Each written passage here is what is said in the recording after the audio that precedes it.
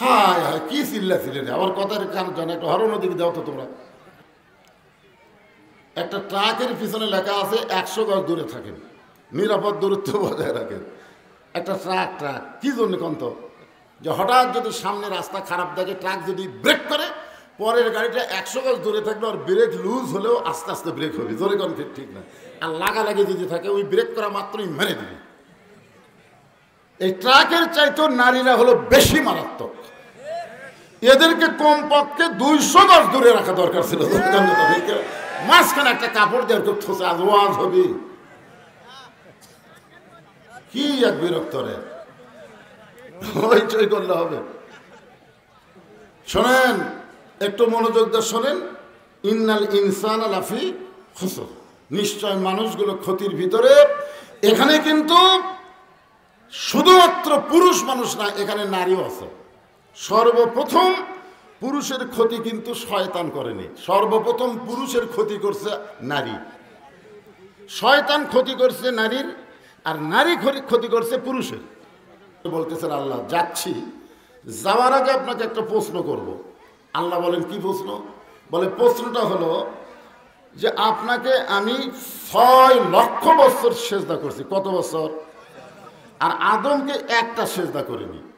তাহলে একটা সেজদা না করার কারণে আপনি যখন আমাকে বার করে দিচ্ছেন, তাহলে 6 লক্ষ বছরের সেজদার খবর কি? 6 লক্ষ বছর সেজদা করছে কাকে? সবাই বলেন কাকে? আর একটা সেজদা করেনি কাকে? আদমকে। তাহলে আল্লাহকে সেজদাটা দিছে। আর শয়তানেও কথা বলতেছে, আপনি যদি চান আজকে সেজদা দিব, কিয়ামত পর্যন্ত আর মাথা তুলবো না, কারণ আপনাকে সেজদা দিতে আমার কোনো আপত্তি নাই। এখন শয়তান বলতেছে যে একটা মাত্র সেজদা দিলাম না, তার কারণেই আপনি এত রাগ করে আমাকে বার করে দিচ্ছেন। আমার মনের মধ্যে একটা খবর হচ্ছে, আল্লাহ আপনি কি জানেন? আপনারা বলেন তো, ইবলিসের মনের মধ্যে যে খবর হয় আল্লাহ জানে কি জানে না? তা আল্লাহ বলতেছে, আমি জানার পরে তোর মুখ থেকে শুনতে চাই। তো ইবলিস বলতেছে, আল্লাহ আমার প্রশ্ন হলো, আল্লাহ বড় না আদম বড়? আপনার বলেন তো বড় কে? তো তারপরে শয়তান এই কথা প্রশ্ন করার কারণ কি? প্রশ্ন করার কারণ হলো যে 6 লক্ষ বছর আপনাকে সেজদা দিয়েছি, আর একটা সেজদা আদমকে দেইনি। একটা সেজদা না দেওয়ার কারণে আমার 6 লক্ষ বছরের সেজদার খবর কি? আল্লাহ বলতেছে, ইবলিস শোনে না, আমি আল্লাহ আদমকে এত ভালোবাসি, আমার নিজের চাইতেও অনেক বেশি। সুবহানাল্লাহ কন্যা খান। আমি আল্লাহ আদমকে এত ভালোবাসি, আমার নিজের চাইতেও অনেক বেশি। একটা সেজদা না দেওয়ার কারণে আমি তোমার 6 লক্ষ বছরের সেজদা বাতিল করে দিয়েছি। এরপরেও সুবহানাল্লাহ বলতে কি পয়সা লাগবে? এটা এই কারণে বললাম যে আমরা মানুষ, আমাদেরকে চিনা লাগবে। আল্লাহর ওলিদের একটা কথা আছে, মান আরাফা নফসাহু ফাকাদ আরাফা রব্বাহু। তুমি তোমাকে যতক্ষণ চিনতে না পারবা, তুমি তোমার আল্লাহকেও জানতে পারবা না। আগে আমাকে চেনা লাগবে ভাইজান, আমি মালটা কে চেনার দরকার আছে না নাই? আমি নিজের বুকে হাত দিয়ে আপনি বলবেন আমি কে, আমাকে আল্লাহ কেন দুনিয়াতে তৈরি করে পাঠালেন, এর মধ্যে আল্লাহর কারণ কি? এই কারণটা যদি একবার বুঝবার পারি, আমার দ্বারা কোনো গাদ্দারি হবে না, আমার দ্বারা কেবল আল্লাহর গোলামি হবে। জোরে কোন কথা ঠিক কি না? যার কারণে আল্লাহ বললেন, ফাদখুলি ফি ইবাদি ওয়াদখুলি জান্নাতি। আসলে দিনের মাহফিল তো সমস্যা। আপনারা বক্তার দিকে না তাকায় কোন দিকে তাকায় আছেন? আমি যে কথাগুলো বলতেছি, কথাগুলো কি গুরুত্ব নাই? কত গুরুত্ব, একটু মনোযোগ দিয়ে শোনেন। চলেই তো যাবেন রে ভাই, থাকবেন? চলেই যাবেন, বাড়ি যাবেন? না না না, প্রত্যেকটা আদম চিন্তা করবে চলেই যাব, দুনিয়ার বাড়িতে না, আমাকে আল্লাহর কাছেই যাওয়া লাগবে। জোরে কোন কথা ঠিক কি না? যেখান থেকে এসেছি আবার সেখানেই যাওয়া লাগবে। আপনি মনে করেন না যে রঙ্গলীলা যতই করি থাকার কোনো বন্দোবস্ত নাই, যাওয়া লাগবেই।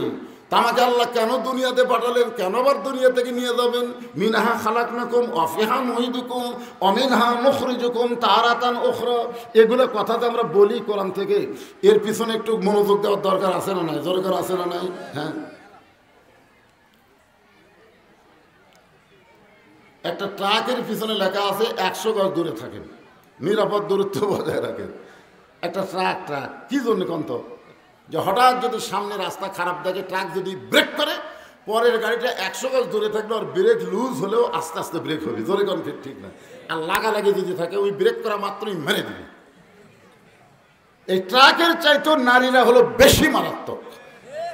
এদেরকে কমপক্ষে 200 গজ দূরে রাখা দরকার ছিল।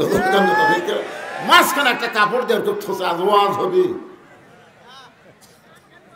কি এক বিরক্ত রে, হইচই করলে হবে।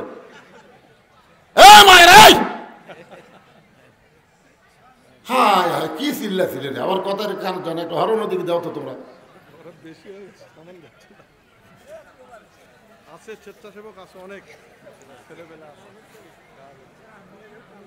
শোনেন, একটু মনোযোগ দিয়ে শোনেন। ইন্নাল ইনসান লাফি খুসর, নিশ্চয় মানুষগুলো ক্ষতির ভিতরে। এখানে কিন্তু শুধুমাত্র পুরুষ মানুষ না, এখানে নারীও আছে। সর্বপ্রথম পুরুষের ক্ষতি কিন্তু শয়তান করেনি, সর্বপ্রথম পুরুষের ক্ষতি করছে নারী। শয়তান ক্ষতি করছে নারীর, আর নারী ক্ষতি করছে পুরুষের। ওই যে ইবলিস শয়তান মা হাওয়াকে প্ররোচনা দিল যে গন্ধম গাছের ফল খাও, ঠিক কিনা বলেন? আপনারা বলেন তো, আদমের কাছে শয়তান আসতে পারছে? আইসে কার কাছে? হাওয়ার কাছে। আর হাওয়া খাওয়ার পরে এমন একটা সবক দিছে, তোমার স্বামীরে খাওয়ার পারলেই আর জান্নাত ছাড়া লাগবে না, আর জান্নাত ছাড়া লাগবে না। তখন থেকে তা হাওয়া শুরু করলো কেমনে খিলান যায়। শেষ পর্যন্ত একের শরবতের মধ্যে গন্ধম গুলিয়া মিশিয়া তারপরে খাওয়াইছে। যে খাইছে মা হাওয়া মুসকি মুসকি হাসতেছে, কাজ সাকসেস। আদম বলে, হাওয়া হাসলা কেন? বলে, হাসার কারণ হলো যেটা ফল আকারে পারিনি শরবত আকারে খাওয়াইছি। বলে, কোন গাছে? বলে, ওই গাছে। আদম কারে নিষেধ না করলো? নিষেধ করার পরে তোমার আকর্ষণ বেড়ে গেল। আল্লাহ নিষেধ করবে আপনাকে একলাই করুক, আমার সামনে করলো কেন? তার মানে বোঝা গেল নারীদেরকে নিষেধ করা মানে আমি যতই হয়েছে নিষেধ করতেছি, ওরকে মানে আরো তাও বাড়তেছে। নিষেধ করার পরে আকর্ষণ বেড়ে গেল, নিজে খাইলো, আদমরে খাওয়ালো। সঙ্গে সঙ্গে আমাদের বাবা আদম, যাকে আল্লাহ আদর করে তৈরি করেছেন, মুখের মধ্যে ডান হাতটা ঢুকাই দিলেন, এত দূর পর্যন্ত দিলেন, একেবারে হুলকুম পর্যন্ত হাত ঢুকাই দিয়ে রক্ত বমি করলেন, রক্ত বমি করলেন। এত কষ্ট করার পর আদম চোখের পানি বের করে বলে, হাওয়ারে তুই এত বড় নির্যাতন আমারে কেমনে করলি? যে গাছের কাছে যাইতে নিষেধ সে গাছের ফল খালি আমারে খাওয়ালি, রক্ত বমি করলো। এতটুকু আদম আলাইহিস সালাম করলেন। তারপর আল্লাহ কি বললেন? বার হয়ে যাও, বার হয়ে যাও, আর জান্নাতে থাকার সুযোগ নাই। কারণ জান্নাতে আমি পেশাব পায়খানা তৈরি করিনি। ওই গাছটা হলো পেশাব পায়খানার গাছ। এখন কিসের গাছ? আল্লাহ তখন কয়নি, তখন একটু হিকমত অবলম্বন করছে, ওয়ালা তাকরাবা হাযিহিস শাজারা ফাতাকুনা মিনাজ জালিমিন। এখন বলেন, আদম আলাইহিস সালামকে আল্লাহ তাআলা বের হওয়ার বললেন কোথায়? পেশাব পায়খানা করার জায়গায়। এই দুনিয়া হলো পেশাব পায়খানা করার জায়গা। বেহেশতের মধ্যে পেশাব পায়খানা নাই। আল্লাহ কাছে যাও, 2 দিন থাকো, থাকে পেশাব পায়খানা করে পেট ক্লিয়ার করে আবার জান্নাতে চলে আসো। চলতে পথে 2 দিন থামিলাম, যাবার কালে একজনারও দেখা না পাইলাম। 2 বোন যখন পড়ে যাচ্ছে, আমি দেখছি ওই ভিডিও ফুটেজ। শেখ রেহানা মাটির দিকে তাকে থেকে যাচ্ছে, আর শেখ হাসিনা খালি, আপনারা দেখবেন, আমার কথা বিশ্বাস হলে এইরকম করে চারিদিকে তাকাচ্ছে। আপনারা বলেন তো, এই তাকে আনার পরে তার মনের মধ্যে একটা গান হয়েছে কিন্তু, চলতে পথে 2 দিন থামিলাম, যাবার কালে এক চামচারও দেখা না পাইলাম। এক চামচাও নাই। যারা শেখ হাসিনাকে হজরত বানায় দিছে তারা আগেই পলাছে। জোরখান কথা ঠিক কিনা? এই শামীম ওসমান কিন্তু আগেই পলাছে। এ কাউয়া কাদের যে কুটিয়া ছিল খুঁজেই পাওয়া যাচ্ছিল না। জোরখান কথা ঠিক কিনা? বাজান একটু মনোযোগ দেবেন। আদম বলে, আল্লাহ এই যে গন্ধম খাওয়ার অপরাধ আমাকে জান্নাত থেকে বের করে দিচ্ছেন, আপনি দেখেন তো আল্লাহ আমার কোনো অপরাধ আছে? আল্লাহ বলে, আদম আমি জানি তোমার কোনো অপরাধ নাই, তো আমার অপরাধ না থাকার পরেও আপনি আমাকেও জান্নাত থেকে বের করে দিচ্ছেন। আল্লাহ বলে, আদম তুমি যখন আফসোস করে আমার কাছে জানতে চাও তাহলে শোনো, হাওয়া তোমার কে হয়? আদম বলে, আল্লাহ আমার বউ হয়। আল্লাহ কয়, আদম হাওয়া তোমার কে হয়? আদম কয়, আল্লাহ আমার বউ হয়। আল্লাহ কয়, আদম হাওয়া তোমার কে হয়? আদম কয়, আল্লাহ একই কথা বারবার শুনতে চান, আমার বউ হয়। আল্লাহ কয়, আদম কয়বার কইলাম? 3 বার বললাম, 3 বারে তুমি বউ স্বীকার করলে। তার মানে বোঝা গেল এখনো হাওয়া তোমার বউ আছে।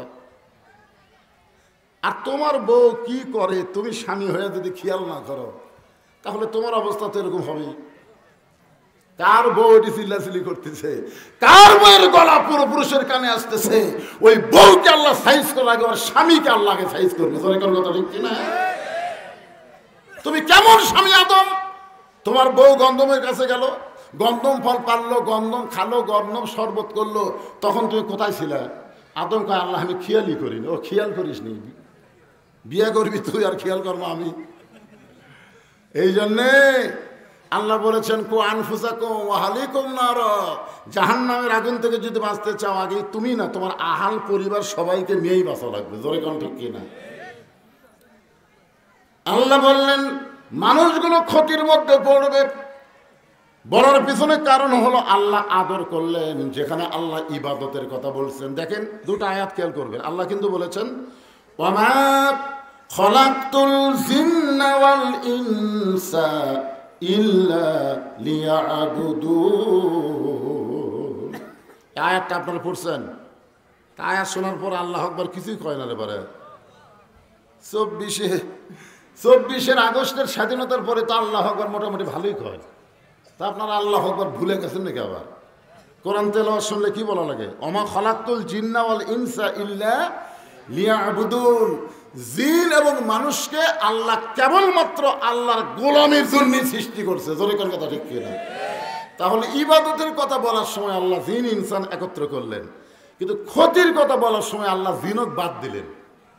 এখানে আল্লাহর বলা দরকার ছিল ওই আয়াত অনুযায়ী, ইন্নাল জিন্না ওয়াল ইনসানা লাফি খুসর, নিশ্চয় জিন এবং মানুষ ক্ষতির মধ্যে। কিন্তু ইবাদতের কথা বলার সময় আল্লাহ জিন ইনসান একত্র করলেন, আর ক্ষতির কথা বলার সময় আল্লাহ জিনক বাদ দিলেন। আপনার বলেন তো কারণ কি?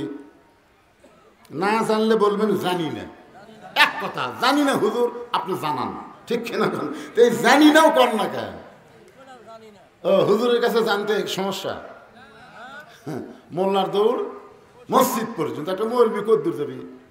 এটা আজকে যারা বলতেছে যে ধর্ম নিয়ে ব্যবসা করতেছে, মোল্লারা ওয়াজের নামে রাজনীতি করতেছে, ওদের ধারণা হলো মোল্লারা মসজিদে যাবে, মাদ্রাসায় থাকবে, কোরআন শরীফের ওয়াজ করবি, এই ছাড়া মোল্লারা আবার সংসদে যাবার চাই কেন? এটাই কিন্তু এরকে মাথা ব্যথা। তোর এখন কথা ঠিক কিনা? অন্য কিছুই না। তা আমি মৌলবি মুন্সি দেখে গুরুত্ব দিচ্ছেন না? হ্যাঁ, একটু মনোযোগ দিয়ে শুনবেন ভাইজান। আল্লাহ তাআলা ইবাদতের কথা বলার সময় জিন ইনসান একত্র করলেন, আর ক্ষতির কথা বলার সময় আল্লাহ জিনকে বাদ দিলেন। কারণ আল্লাহর যত সৃষ্টি আছে সমস্ত সৃষ্টির ভিতরে আল্লাহ মানুষকে সব চাইতে ভালোবাসে। সব চাইতে ভালোবাসার কারণে আল্লাহ তার ক্ষতিটা দেখতেছেন। ওই ফেরেশতা জিন যত মাখলুক আছে আল্লাহ ভালোবাসে, কিন্তু এত বাসে না যতটুকু ভালোবাসে আল্লাহ মানুষকে। কারণ ভালোবাসার মানুষের লাভের চাইতে ক্ষতি কিন্তু জগৎ বেশি পড়ে। জোরেকার কথা ঠিক কিনা? এখন ছেলে ব্যবসা করছে, বাপ বলতেছে, কে ব্যবসা তো ভালোই করতেছিস, তো লাভ হবে। এই তুই তো ব্যবসা করতেছিস, তো লাভ হবে। বেটা কয়, আব্বা যত মানুষ আমার দোকানে যায় সবাই বলে ভালোই দোকান দিয়েছে, লাভটা ভালোই হবে, কিন্তু আপনি লাভ দেখেন না কেন? বাপ কয়